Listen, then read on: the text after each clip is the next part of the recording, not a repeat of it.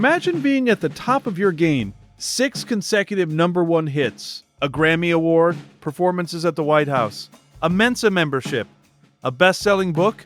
You are Jonathan McReynolds. You have everything the world told you to chase. Then, one day, the music stops, not because of a scandal, not because of a controversy, not because of anything the internet manufactured in a fake thumbnail, but because grief walked through your door and took something from you that no award could ever replace. Late 2005, Jonathan McReynolds sat down at his piano in a dimly lit room, turned on his camera, and told the world the truth.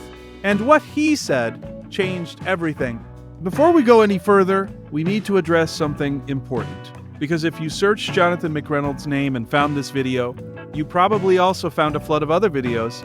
AI-generated thumbnails, fake voiceovers using his image, videos claiming he is battling severe depression, videos claiming he has permanently walked away from gospel music, videos designed to look real but built entirely on lies. Jonathan McReynolds himself has specifically and publicly warned his fans about these videos. He called them out directly, urging people not to believe AI-generated content on YouTube and Facebook using his image and voice to spread misinformation. Let that sink in for a moment. A man who just went through one of the most painful seasons of his life had to stop and warn the people he loves that the internet was exploiting his pain for clicks. That is the world we live in. But here, right now, we are going to give you something the algorithm never will. The truth. Jonathan McReynolds grew up in Chicago, Illinois, shaped by the deep roots of black church culture and a genuine personal relationship with God that has always been the engine of everything he does. He is not a performance artist who found gospel music.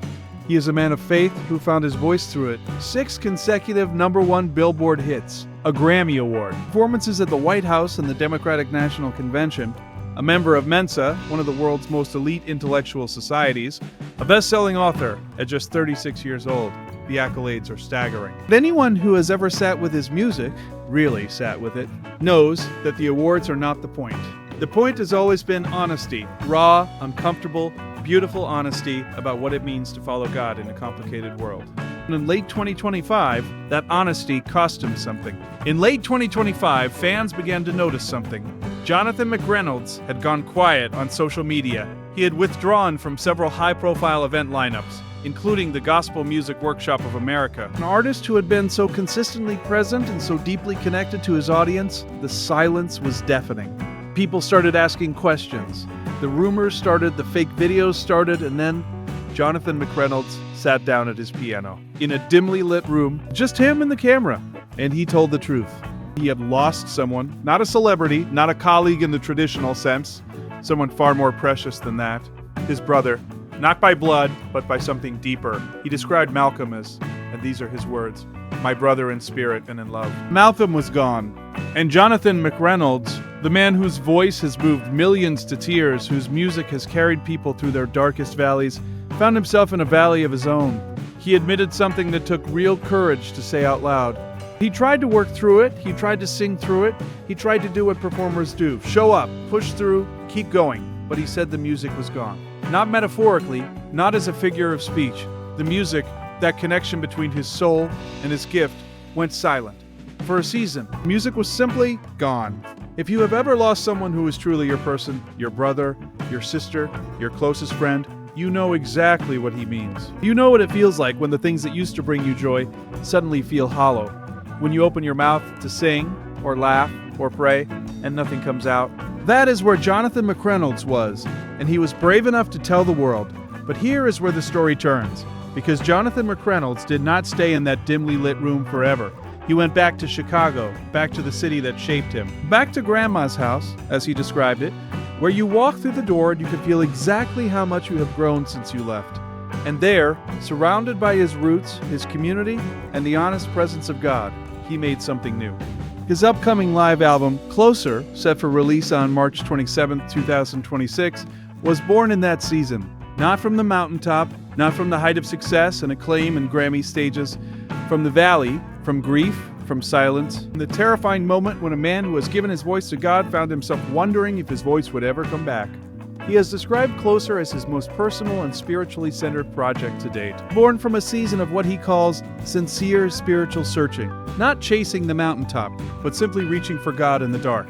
A spiritual checkpoint, his words, where he confronts his own growth and his own identity and asks the question that success never makes time for. Who am I when the music stops? And the answer he found in Chicago, at the piano, in the grief, in the silence, is now a message for every single person watching this video. His Grammy-nominated single Still is still climbing the radio charts. And the timing of that title, in a season when Jonathan McReynolds was being forced to be still, is not a coincidence. The album features an extraordinary collaboration, Aane, recorded with Team Eternity Ghana, as part of McReynolds' deeper commitment to the African diaspora after obtaining dual citizenship in Ghana. The word Aane means yes, a word of agreement, reverence, and full surrender to God. Yes to the grief, yes to the silence, yes to the valley, yes to the return.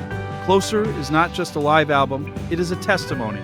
It is the sound of a man who lost his music and found it again in the only place it ever truly lived, in God. In honesty, in the courage to sit in the dimly lit room and tell the truth.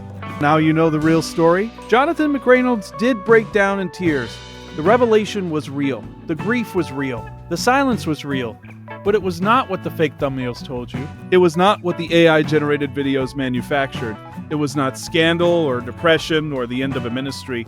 It was a man, a real man, losing his brother, losing his music. And then, through faith, through honesty, through the courage to go back to his roots, finding both of them again. That is the story. And if you are in your own valley right now, if your music has gone quiet, if grief or loss or burnout has stolen something from you that you cannot seem to get back, Jonathan McReynolds sat at that piano for you. The music comes back. It always comes back. Like this video if it blessed you. Drop a comment below. Share your own story of finding your way back. And subscribe so you never miss a video like this one. We will see you next time.